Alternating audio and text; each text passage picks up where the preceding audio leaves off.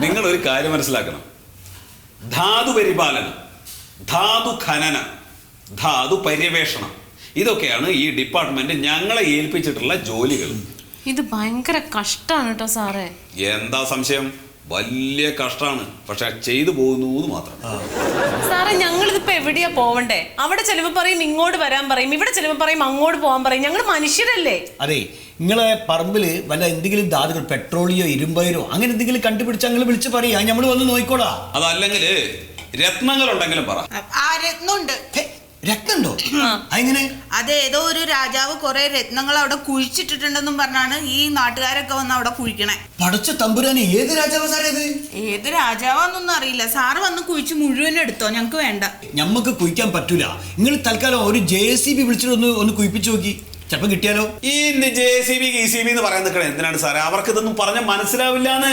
രത്നങ്ങളാണ്. എന്ത് രത്നങ്ങള്? ഈ സാറിന് താല്പര്യമുണ്ട്, സാറ് വന്ന് കുഴിച്ചെടുത്തോ. അല്ല, എനിക്ക് ഒറ്റയ്ക്ക് പറ്റൂല മോളെ. അതെ മോളെ, നിങ്ങൾ വന്നപ്പോ ഞാൻ എന്താ നിങ്ങളോട് പറഞ്ഞത്?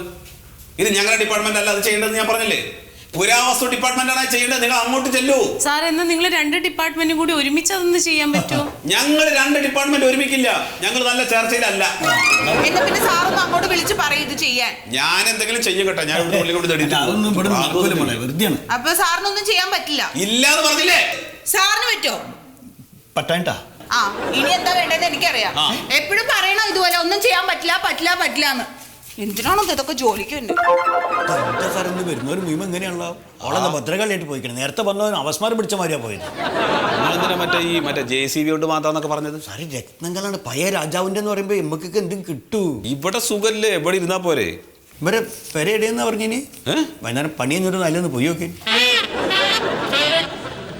ആ അമ്മാവാ, ഏതായാലും ഞാനും അമ്മയും 5-6 മാസം കഷ്ടപ്പെട്ട് നടന്നതിന് ഫലമുണ്ടായി. കോടതി വിധി നമുക്ക് അനുകൂലമായല്ലോ.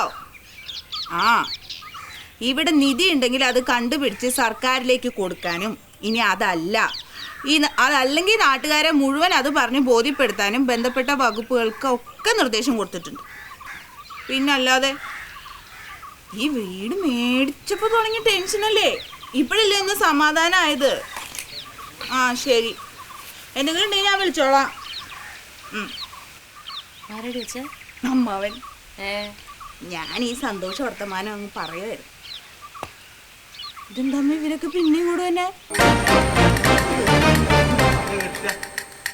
ഇനി എന്താ നിങ്ങൾക്ക് വേണ്ടേ?